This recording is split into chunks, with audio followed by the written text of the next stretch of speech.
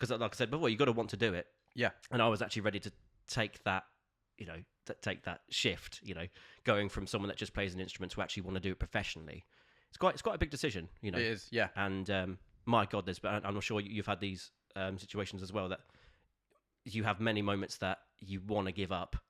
Oh yeah. Because of whether it's hate you get, or you do a bad gig, or anything. It could be financial problems. So you probably don't suffer from that. We're good with that. One of the worst times I ever felt like giving up was, do you remember the gig we did at the Broadway Theatre in Peterborough? Oh, Jesus, yeah. And that night, for some reason, I was cursed by the ghost of Hendrix.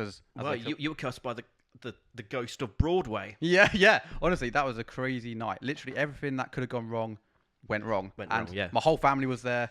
It's always on the families there, isn't it? Yeah, that's why I'm always like reluctant to invite family now, because yeah, it's almost like the feeling I had that night was literally when people talk about being in a dream and you're butt naked and everyone's staring and laughing at you. Steady. Yeah.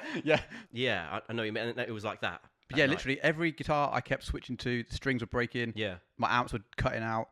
I couldn't hear anyone. It was horrendous. Yeah. And I got home that night and I sat there and contemplated everything as a musician. I was like, am I cut out for this, or like should I even be doing this? It just didn't feel good that night. But it was just the curse of Broadway, which it's not called Broadway anymore, is it? It's the new theatre. I don't think it's even there. Yeah, it's there. I went to go see old Frank Skinner there last year or the year before. It's still there. No one goes to it. But no, I mean, every act that I've seen, every musical act, I think I've seen Kate Risby there a couple of times.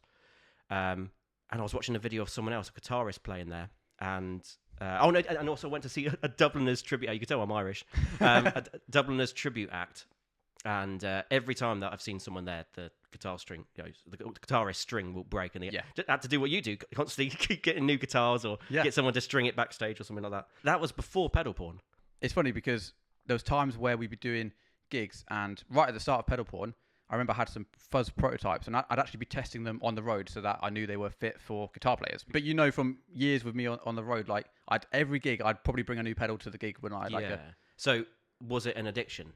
Something like that. Totally. Yeah, it's weird. Do you look at guitarists and think they're strange for having this weird obsession? I just think guitarists are strange. Yeah. I'm on the wrong channel. Yeah. Just to clarify, you'd class yourself first and foremost as a drummer. Yeah, I'll always say I'm a drummer. Fortunately, that's kind of what I have been all my life. I mean, I've visited other areas. The first time that I ever played drums actually was at school in front of our old mate Zach. Right, yeah. And the only way that I got into it, because I was trying to pick up the confidence to go into this little practice room where the drums were and just play, but unfortunately it was always loaded with people, and you had to go in there if you were only getting lessons outside of school or something like that. You had to have drum lessons, and I thought, well, I'm better than that. Yeah. I don't need lessons. So I lied to get into the practice room, and everyone was they were like, oh, it's your turn.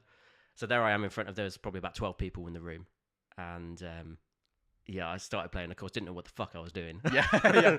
Because first time playing drums, but of course I've been playing on pots and pans and boxes before then with wooden spoons. Yeah. And I knew I had a good sense of rhythm, and they could sense that, but I didn't know what the hell I was doing with the pedals and all that stuff. Yeah, I was taking the piss out of, Yeah. And they told me I should just quit. Yeah. Right. That first time playing drums, I was told to quit. Wow, that's crazy. But that kept me going, I think. Coming back, trying to get better and better each time, and finally persuaded my parents to buy me a drum kit. I love the fact that you was playing on pots and pans before you could even afford a drum kit. Yeah, exactly. That's right. True testament. That's the blues, man. Yeah, that is the blues. It kind of is. I mean, it's a bit like, I don't know if you ever had this. Before I had a guitar, because I was inspired by Martin Offler, because I play guitar as well. Yeah. Even when I couldn't afford a normal, even an acoustic guitar, I used to play on tennis rackets. Yeah. Just mime. I don't know if you ever did that.